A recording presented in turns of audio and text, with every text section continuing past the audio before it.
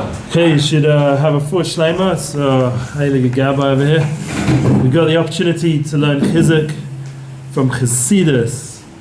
Shlomo said today that Yosef Kaduna phoned them up Purim just before Shabbos. This year was Erev Shabbos, and he phoned them up crying for a few minutes, and then he just kept saying, Rak Chazak V'yamatz, Rak Chazak V'yamatz, Chizzuk. The Amates, this is the Eitzah from the Tzaddikim, and Yosef Kaduna, we know he's one of the Tzaddikim of our generation, in my opinion. And Min Hashemayim, we're holding by the 36th chapter of Tanya, this Lamed Vav Tzaddikim in every generation. And Tanya brings us down also in one of the Prokim. We had the opportunity to connect to the Lamed Vav Tzaddikim in every generation. Tzaddikim Begilim, revealed, Tzaddikim Nistarim. I think in our generation we need to reveal everything because we need all the Chizzuk we can get. So that's part of what we're doing here. We're bringing it out from Chassidus. We're holding in Tanya, page 470 for those in lessons in Tanya. For the other editions, it's something like Reish and Tess. I don't know, in this beautiful edition here from the Shtiebel. And what an opportunity to come together every week, family minyan, and start learning a bit of Tanya, a bit of Panemius, especially when with the Perokim that we're holding at right now, it's talking about Tzimtzumim. It's a very important concept in Kabbalah and Chassidus to get into the condition of the lowest world and the Torah. It says, Rav Shmuel Diamond, I'm using his summary just before we get into the lessons in Tanya.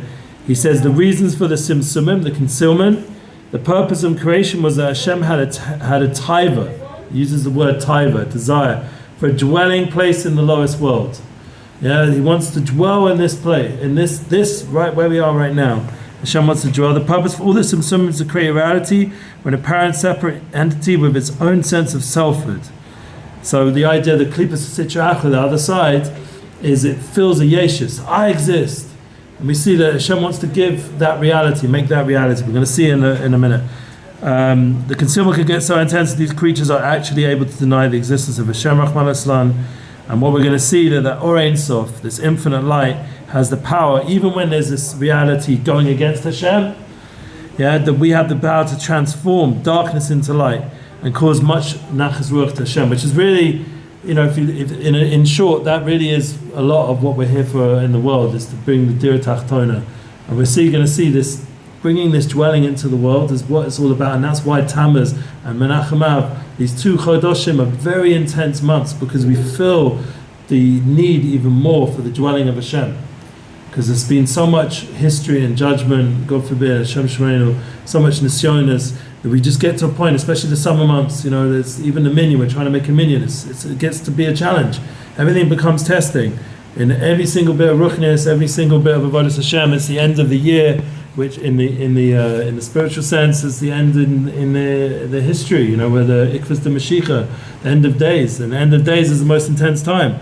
So by learning about this concept of Tzimtzumim, it gives us a very clear point of how Hashem himself wants.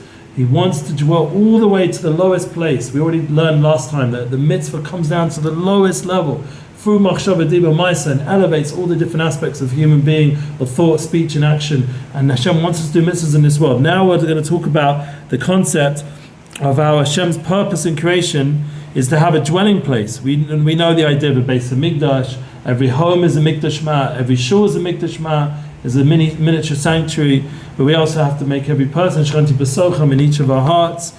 The idea that we're a microcosm, the animal soul and the body are the lower realms, and therefore the neshama, the soul coming down, that's one of the most important concepts, is Hashem's soul. He gave us a soul, chelik of godliness, and that's our soul, and it comes and dwells in this lowest level of this animal soul in this world.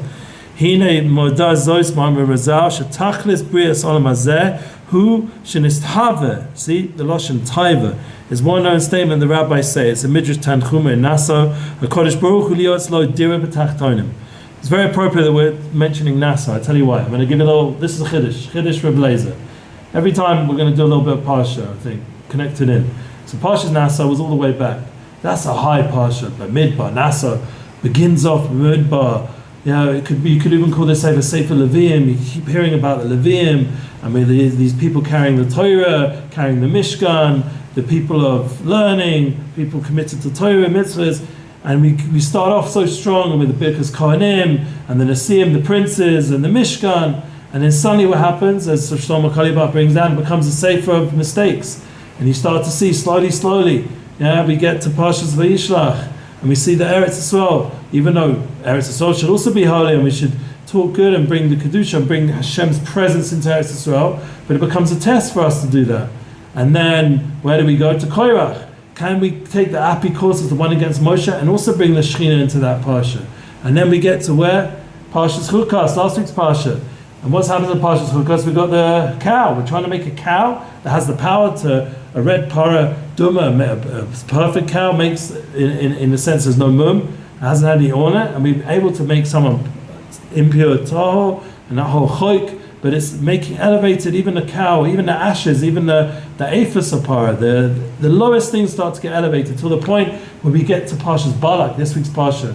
And who's the star of Parshas Balak? Donkey. The donkey that we had last week, Pia Asen, the mouth of the donkey, but also he was a big star, but also even the mouth of who? Who's the most important mouth in this week's Parsha? Balak is important. He's the one who brings the person, but who's the person who's... Bilam, the star of the Parsha is Bilam.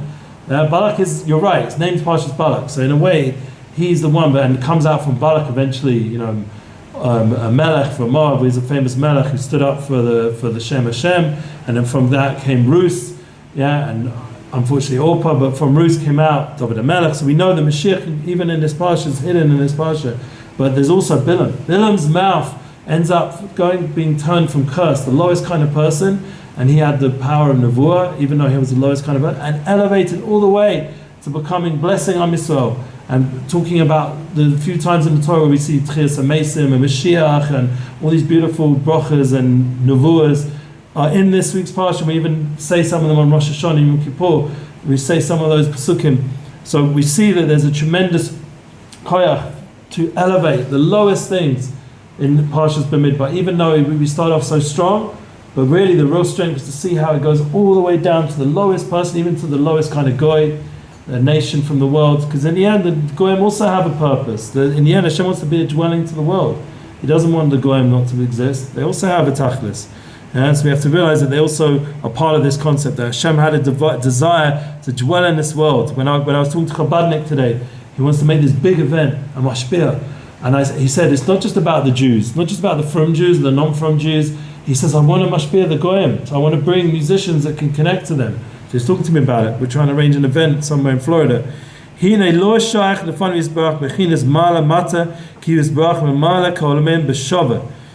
surely before God, the distinction of high and low is not valid. For He pervades all worlds equally. Remember, we're going to talk about this concept of the Ein Sof. And by Hashem Yisbarach, everything's with Yichud Gomel. So by Hashem, there's no higher and lower. There's just Hashem's oneness. So Ella Bira Inin. He's going to explain this. Yeah, because what does it mean Hashem's dwelling in the lower world? By Hashem, everything's one. It's a good question. Think about it. How can He come all the way down? What's these bilam in front of Hashem? Like, how does it work?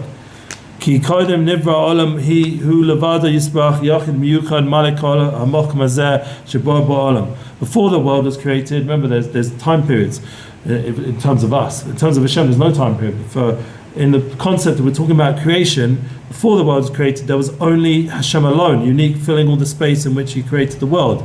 Anything conceived of as space, a project of creation, was filled with the Ein Sof. In this view, it still has the same now. Creation brought no change in unity. He is one alone now, just as He was prior to creation. Where was the change? Not by Hashem. Hashem doesn't change. Who was it? By us. By the creations. We're the ones that experience the change.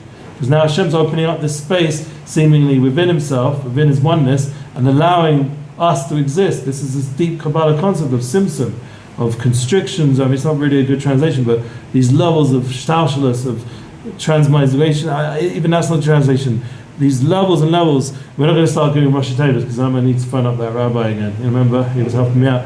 No, because we have Kadosh, Kadosh, Kadosh. Hashem's coming down to this world. That's what we mentioned. The three kufs. Remember we had that? Remember how it was? Koyrach is the first kuf, the second kuf is Chukas in the middle, and then Balak is the end kuf. So it's Kadosh, Kadosh, Kadosh. Also going down in the levels as well, in these parshas as well, these three parshas.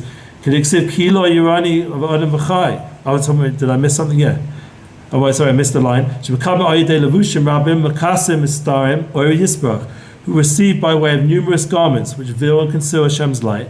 They cannot bear its intensity. So the point is Hashem has to veil himself. Because if he would reveal himself completely, you and me and everyone would just be absorbed in his oneness.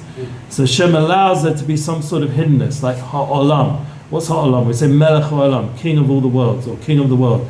Ha'olam is also Loshin Helen. Hashem's hiding himself. So we have to understand there's this reality, this game of play of hide and seek with us and Hashem. And he's doing it for our sake. And that's, now we read this passage. He said, Lo Yireni Adam V'chai, because no man can see me and live. Yeah, being such as angels are unable to receive the divine light and life force without concealing garments, even angels. As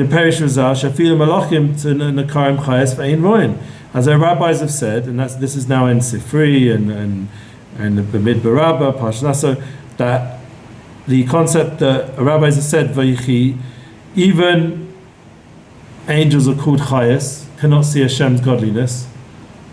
Yeah, so that's a very high concept. The ishtalshelus of the worlds and their descent from level to level, Aidei Rubi, Evolution, Mistarim, or V'chayas Shememenu Yisbrach. This concept of Hashem's ishtalshelus, this chain-like graded downward succession, doesn't translate so well, of the worlds. Let's imagine all these levels and levels and levels coming down and down, and more from the Ein Sof is one, all the way down to it comes down to where it gets more and more levels of garments and covering up and more physical, from spiritual all the way down to physical. And remember, by Hashem, spiritual is also physical to Hashem. Because Hashem's even above all those spiritual worlds also. Because Hashem created them. They're all Hashem's worlds. So for Hashem, it's the hand to the head, this, which the Shayich Lemuna brings this concept, the moshel of the hands and the head, and these levels. Yeah, because the hand seems less than the head more elevated. It's all these thoughts and these higher level experiences. But in terms of the Odom, it's all going on as one being, one creation. Shtalshus alamis, Yudai Madrega la Madrega, Aidei Rubi, Abushim, Istarim, Ha'or, Chayas, Meli Yisbrach, Ad Nivra Alam Azeh, Gashmi, Chomri, mamesh. And this is what we're getting to. Remember, someone said this week's Shabbos, anyone was there? Shirat David? Yossi, were you there? I don't think anyone was there. So this rabbi came, very special, Rav Shtiebel, I think his name was, to be honest with Shtiebel. And he said a very good story. I came for the story. My son told me the beginning part, but I heard the last part. I came because I was having a Gesundte Shabbos Shluf after a lovely Seder just on this road. Baruch Hashem. So I was coming to this shir, and what's the rabbi saying? The rabbi is saying that he was giving a shir. And someone who usually sits in a certain place, he always sits in that place, suddenly moved to a different place. And he was curious, why did he move? He was concentrating on the shir, it looked like. He had his eye contact and everything. So he went up to him and said, I'm surprised you sat over here. You always sit over there. What's the reason? He said, Rabbi, you caught me. He said, I have to tell you really, I had these glasses on.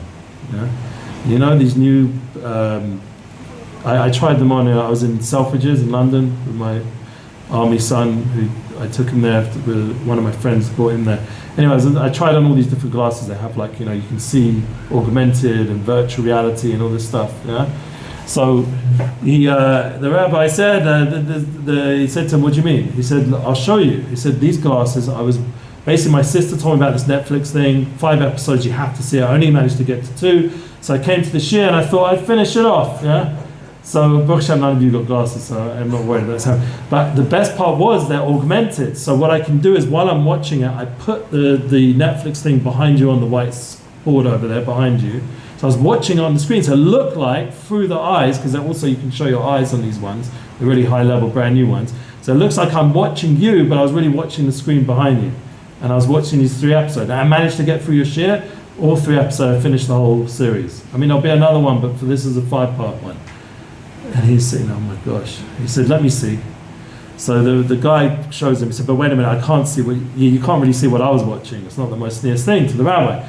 So he said, the crown, show me the crown. I'm South African, we came and the crown was on during Corona and there's nothing else to do, so I watched the crown and I remember when I was a kid, when the Queen came to Cape Town, I made a bracha on her, so I wanted to see, see it on, that the rabbi allowed himself to watch, the crown. You know what the crown is, about the Queen and everything, So he starts watching it, God save the King, He starts watching it, and he's looking at it, it's unbelievable. And he's seeing it, it's like it's on the screen and the whole thing. Can't believe himself. Anyway, I'm going to make this relevant to the shir. Someone said about this shir, I'm not going to say who, that it's a good shir. Like he likes the fact that I come bring it down. Like we're talking about bringing it all the way down to this world, to the lowest part of this world. So I said to the Chabadnik who said this, who's got a very strong Chabadnik soul, I said to him, you're the authentic shir. You're the real Chabad, like you're high.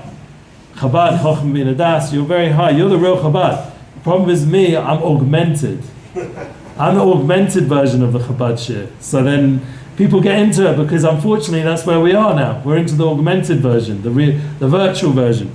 But this is Hashem's will. Hashem wanted, He made Olam Hazeh, Gashmi, Chomri, Mamesh, to the point where there'd be these glasses, where you'd literally be in a shir, in a base midrash, and you're still a yesh. You're not even bottled to the rabbi, you're not even listening to him, because you're so into your phone. You know how many times nowadays when I give shiurim in Bnei Akiva and this and that, thank God that the girls are generally not like this, but the boys, they're so dovek to their phone, like halavai they should have that to Hashem.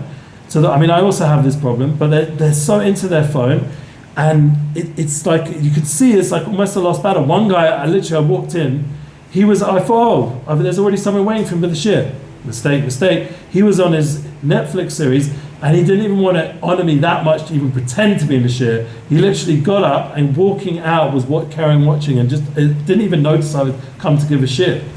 Like he was just so into his Netflix, and literally in front of me just walked out, which is fine. This is the generation. Hashem willed that he tachton bedrega she'ein tachton lemat memenu be'inyan haseisa oris brach v'choshe kofu mekofu. This is the lowest in degree. There is none lower in terms of concealment of his light. That's how gross he came down to this gross, icky world. It's called in Ribu Riba. This world is majority is not good. So we don't get down when sometimes you look at the world and you see how crazy it is. That's what the Zohar said it would be, and that's what the Balatain is bringing this down. Don't take it personally. It's not your fault. The world is the way it is, not you. You're Neshama Kadosh. You're holy, holy, holy, and you have ability to elevate this whole world. Yeah. This is the problem. We're going to end with this. So much that it's filled with klipas and sitra which actually oppose God, saying, I am, and there is nothing else beside me. And that's like, think about it. Every time you pick up your phone in davening, which I do, Hashem forgive me, or anytime you do like a shtickle aveira or whatever it is, like you're not really focusing on Yiddishkeit, it's like you're saying, I am, and Hashem is nothing. I'm existence, and He's not really, because I got to do my thing, and that's really like but Hashem allows that. Why? He constricts His light so much so that He can allow you to think you're something and that He's nothing. God forbid. That's how humble Hashem is. The ultimate humility. He's the ultimate bittul to give us that free will and that ability to exist in such a strong way. And that statement that God desired abode in the lower world shows the latter position to the true one. The abode is built by the revelation of His presence in the lowest worlds to a degree surpassing even that in the higher. And that's what we're going to constantly get from Chizzuk, from Tanya, that the real higher level revelation is going to be in the lowest places. Is going to be with the Netflix generation. That's where the highest revelation ever in history. Don't think it's otherwise. We're the generation bringing Mashiach. Not Avram Avinu or Moshe Rabbeinu. Huh? How does that make any sense? We are the generation to bring Mashiach because we are the Hashem's biggest level concealment, and yet we're still revealing Hashem. We're still holding out, still serving Hashem. And you'll say, oh, but I'm not like the Tzaddikim of old. Yeah, but we're still, this Neshama Kadosh is still manifesting in such a place of Klippa. And maybe those Neshamas who seemed more from, if they would come down, they'd just be Shem Yerenu. They'd be like way off. They wouldn't be able to do anything with this generation. That's why you have to understand, every time when someone asks me this Shabbos, what do I do? My daughter's watching YouTube all the time. She never reads books anymore. Like, what do? You say, because they're the biggest neshamas. They have the koyach, the souls of this generation. They're such true, pure souls to come down before Mashiach, that they can deal with this kind of exposure and negativity day after day after day. And yet they somehow manage to still choose to daven, they still connect to Hashem, they still suddenly have this tremendous desire for Hashem. They have these awakenings, like what happened with the army and during the war. Everyone just came alive. My son had moments where he saw it with his own eyes, like the most secular Israelis suddenly were putting tefillin on or having a moment of Hashem. And he saw how much they cared about the neshama. I went to the event Thursday night, and even if they're not keeping Torah mitzvahs. One, the food was kosher, Baruch Hashem. Secondly, you could just feel the neshama of these people. They have neshamas. Forget about all the Torah mitzvah stuff. Yeah, they have neshamas, and those neshamas are here in this generation to elevate the lowest places with this holy neshama, this chelik of godliness within them, and that is the tremendous amunah Hashem is in our generation. The chait of Moshe was when he hit the rock, because he didn't think the generation really. Last week's parsha didn't really get it. Yeah, no, you have to believe they get it. Our generation gets it, and if we believe in it, then we won't be hitting them to wake them up. We'll be talking to them and connecting them, for bringing with them, and it will be great. And that's the key. That's the kind of Yiddishkeit we have to get to. We mamin in the neshamas of this generation, not in all the externalities. We have to go deeper, go into the panemius. Through panemius, we understand that this is the taiva from Hashem to have a dwelling in this world. We will be the generation where that dwelling will be revealed fully, and it should be B'korov, mamesh, Bnei, in these 3 weeks should be transformed to the days of Mashiach. So this next week when we're learning Tanya, after the fast, it won't be a fast, it'll be a day of Beis Hamikdash, Bez Hashem. The Shvayas Rebbe Tammuz. Everything should be Gevaldik. Amen, amen.